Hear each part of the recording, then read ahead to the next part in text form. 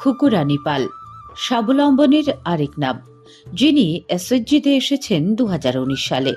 এর আগে তিনি ছোট পরিসরে টেলারিং এবং কাপড়ের ব্যবসা করতেন। তার জীবন সংগ্রাম আরো কঠিন রূপ ধারণ করে যখন তার স্বামীর মৃত্যু হয়।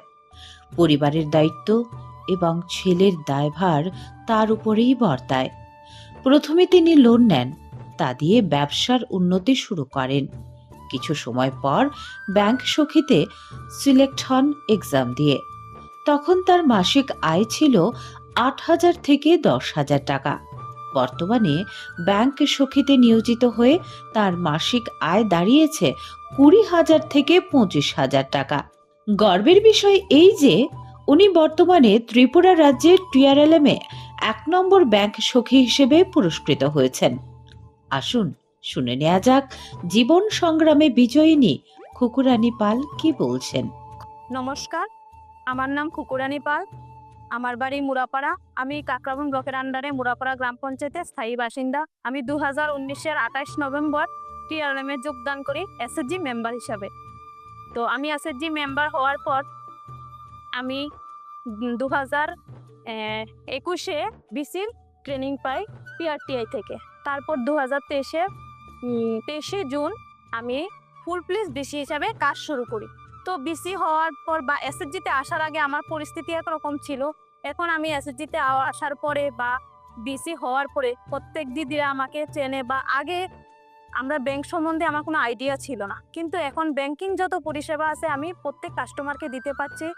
তো আগে আমার ইনকাম ছিল না, আমি কোনো ইনকামই করতাম না, কিন্তু বিসি হওয়ার পর প্রত্যেক মাসে এখন আমার 10 থেকে 15,000 টাকা ইনকাম হচ্ছে। আমি নিজে স্বাবলম্বী হতে পেরেছি এবং পাশাপাশি আমি প্রত্যেক কাস্টমারকে আমি সুবিধা দিতে পারছি। খুকু রানী পাল তার জীবন সংগ্রামে কাকরাবন আরডি ব্লকের নিরন্তর সহায়তা পেয়েছেন। খুকু রানী পালের মতো সমাজের সকল অংশের মহিলাদের একইভাবে অনুপ্রাণিত করে এগিয়ে আসার বার্তা দিলেন ব্লকের বিডিও। এই টিআরএলএম স্কিমটি কাকরাবন ব্লকে একটু দেরিতে স্টার্ট করা হয়। 2019 সালে স্টার্ট হওয়া সত্ত্বেও খুব দ্রুত গতিতে এবং ভালোভাবে কাকরাবন ব্লকে ইমপ্লিমেন্ট করা হয়।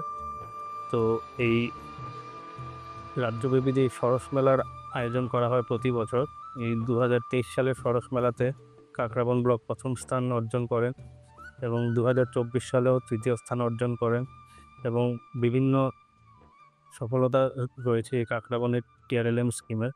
তো এই সব কিছুই সফল হয়েছে আমাদের দিদিদের অক্লান্ত পরিশ্রম, স্টাফেদের অক্লান্ত পরিশ্রম, জনপ্রতিনিধিদের অক্লান্ত পরিশ্রম এবং সকলে মিলে সঠিকভাবে কাজ করেছে বলেই আমরা টিআরএলএমকে একটি সাকসেসফুল স্কিম হিসাবে আজকে কম্পেয়ার বা তুলনা করতে পারি।